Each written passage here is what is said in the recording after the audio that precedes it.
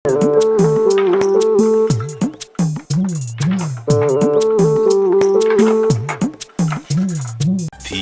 gaya na tu mo. Kamen ka siya na marula ma. Ngawi sa pazari. Ito ka hero mali gaya. Natiyang siya no pijing siya po loy ngaw rizalo. Chak sa thong ba? Chak sa laraga mo labuk to kung ba ne? Takamba. Chak to koyon thong rage. No hen roida. Piro. Yani koy thong rage.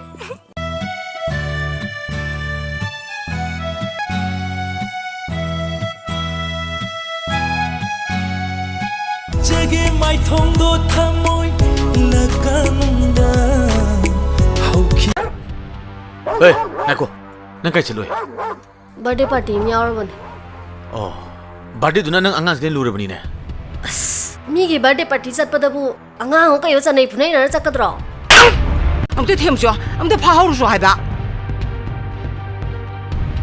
Hentoi. Bema. Hentoi. Bemo. Se imada thong ba hangse. Ngi mong se honglaba matam data phangba ngamgani. Aduga hojik nana phanglibaditi nangi power shell na namduna lebani. Adubu han lair ba kisu kanbinaba amadi lebani. Mai pak poyo. Adubu nang wakhan munandi khallo. Adubu mama ma oina yungi ma oina dinang ai khoi ga tinarak pi mana bi ne habada yami kaije. Baby Tazabu Puba Yaroi, Hatkene Hadan Kutaba Horapatagi. Mabu, Lagliba Numituki police personnel sing Aduna, control Towo Kaptani. Numitado, Aisa Siogzaki. Adubu, I want the power, Mr. Kamana, Kut Taraki, Your Honor. Your Honor, numitu da longjam khambana khut thakiba amata leite.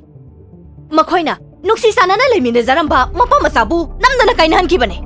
Mase longjam khambana khakta haiba wanate. Khundugi mipum ayambana khanghoba uhoba ngaktani.